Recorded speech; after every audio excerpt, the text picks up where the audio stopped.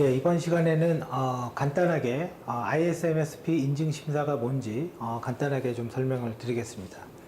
자, 홈피에 보면 이제 시험 동향에 ISMSP 인증 제도 소개라는 메뉴가 있는데요. 이거는 뭐 기사에 있는 내용과 동일하다고 보시면 되고요. 자, ISMSP 인증 그 제도는 뭐 정보통신망법을 근간으로 하고 있어요. 근데 원래는 얘가 이제는 ISMSP가 나오기 전에는 원래 키사에서 했던 ISMS가 있고, 그 다음에 행정자치부에서 주관하던 PIPL이 있었고, 그죠? 그냥 이건 듣고 넘어가시면 됩니다. 그 다음에 또 방통위의 주관의 PIMS 뭐 이런 것들이 있었어요. 근데 이제 이게 PIPL과 PIMS는 이게 하나로 통합돼서 그냥 PIMS 이렇게 돼 있죠. 그리고 PIMS는 의무 인증이 아니라 자율 인증입니다. 그냥 자율적으로 받아라. 제가 받고 싶은 기업 받아라. 근데 PIMS 인증을 받은 기업이요, 갱신 심사할 때 갱신을 안 하는 일이 일어납니다. 왜냐면 자율 인증인데 이게 문서 작업이 엄청나게 많습니다. 그래서 이 문서만 하다가 몇 달이 가요. 한 사람이 일을 못 합니다. 그래서 그럴 바에는 예를 들어서 그래 모의 해킹을 한번 돈을 주고 받는 게 낫겠다 해서 사실은 PIMS를 유지하지 않는 경우가 생겨요. 그리고 ISMS는 이거는 원래 있던 의무 인증이죠. 그러니까 이거의 모태는 ISO 27001이에요. 사실은 이거보다 더 옛날 모태는 BS7799. 그럼 BS7799가 파트 1, 파트 2로 있는데 이 BS7799의 파트 1은 정보보호 관리 체계에 대한 계획이고, BS7799 파트 2가 ISMS입니다. 그 파트 2가 ISO 17799라는 ISO 표준을 받게 됩니다. 표준을 받게 되고, 이게 나중에 ISO 27000 패밀리라는 1, 2, 3, 4, 5, 6, 7, 8 이렇게 여러 개가 있습니다. 패밀리로 통합이 되고, 최종적으로 우리한테 ISMS는 ISO 27001이에요. 근데 이거는 해외에 대한 인증이고, 국내에서는 이거를 모태로 자체적으로 키사에서 ISMS라는 거를 만들어낸 겁니다. 그래서 우리나라 내부에서는 ISMS가 의미가 있게 되는 거죠. 그리고 2018년도 말에 이 두 개를 통합해서 ISMS-P라는 인증을 만들어낸 거예요. 그리고 주관부서가 다르다 보니까 방통위와 행안부, 과학기술정보통신부, 그죠? 이 여기를 하나의 협의체를 만들어두고, 이 협의체에서 ISMS-P를 주관하게 돼 있고, 실질적으로 일을 시키기 위해서 키사가 인증기관이 있는 거죠. 키사가. 그래서 협의체가 등장을 한 거죠. ISMS-P부터는. 자, 그런 다음에 이제 결과적으로 이제 요거로 다 통합돼서 쓰는 건데, 요 안에 두 개의 인증이 있어요. 하나가 ISMS, 그 다음에 ISMS-P 이렇게 있는데, 이거는 의무인증 대상자가 해당이 되는 의무인증이에요. 의무인증.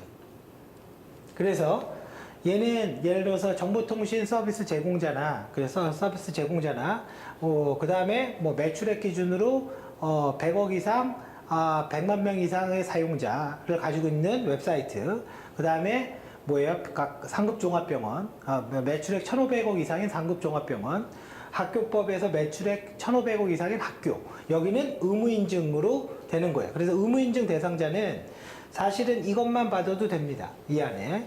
그리고 ISMS-P까지 받길 원하면 이거를 받고 다시 P를 추가적으로 받을 수 있게 만들었고요. 여기는 자율인증이에요. 아직도. 그러니까 P니까 퍼스널이니까 개인정보에 대해서 조금 더 보겠다라는 거죠. 그래서 현재 그렇게 되어 있는 상태고, 관련 법률의 가장 기본은 정보통신망법하고 개인정보보호법을 기반으로 하고 있습니다. 그리고 이 ISMS-P에 대한 고시는 개인정보보호 및 정보보호 및 개인정보보호 관리체계 등에 대한 고시, 이게 이제 핵심이죠. 이게 모든 거를 만들어낸 근간이 되니까요. 자, 그 다음에 이제 계속 보면요. 아까 이제 그게 그 얘기죠. 협의체가 만들어지고, 인증기관 키사, 그 다음에 심사기관. 키사가 심사도 합니다. 키사가 심사를 하고요. TTA도 심사기관이고, 카이트도 심사기관이에요. 이제 그런 데는 심사만 하고, 인증을 주는 거는 이제 인터넷진흥원만 줄 수가 있어요. 그럼 ISMS-P는 뭐냐? 쉽게 말하면 그냥 체크리스트를 갖고 뭔가를 점검을 하는 겁니다. 점검을 하는 건데, 그 점검이 3개로 바뀐 거예요. 첫 번째는 관리체계 수립 및 운영이라는 거. 그럼 얘는 뺑뺑이가 그림이 그려져 있죠? PDCA 사이클에 통해서 지속적이고 반복적으로 해야 되고 무조건 해야 되는 거. 그 다음에 보호대책 요구사항. 여기까지는 우리는 ISMS입니다. 그리고 ISMS-P를 받으려면 개인정보 처리 단계별 요구사항이 이렇게 들어가 있는 거예요. 뭐 개수가 몇 개건 뭐 그런 거는 중요하지 않아요. 자, 그런데 이제 문제가 있는 겁니다. 문제는 뭐냐면 이게 쉽게 보면 그냥 체크리스트거든요. 이대로 했는지 확인만 해. 이런 건데 아는 만큼 보이는 문제가 있어요. 자, 한번 봐보세요.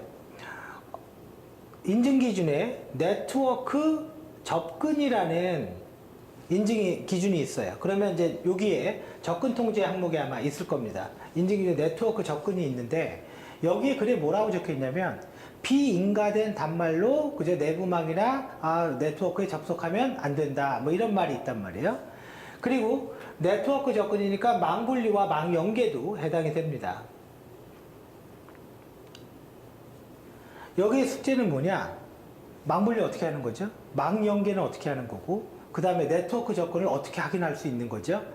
약간이 아니죠. 기술적 요소를 볼 수 있는 사람만 보는 게 있다는 말이에요.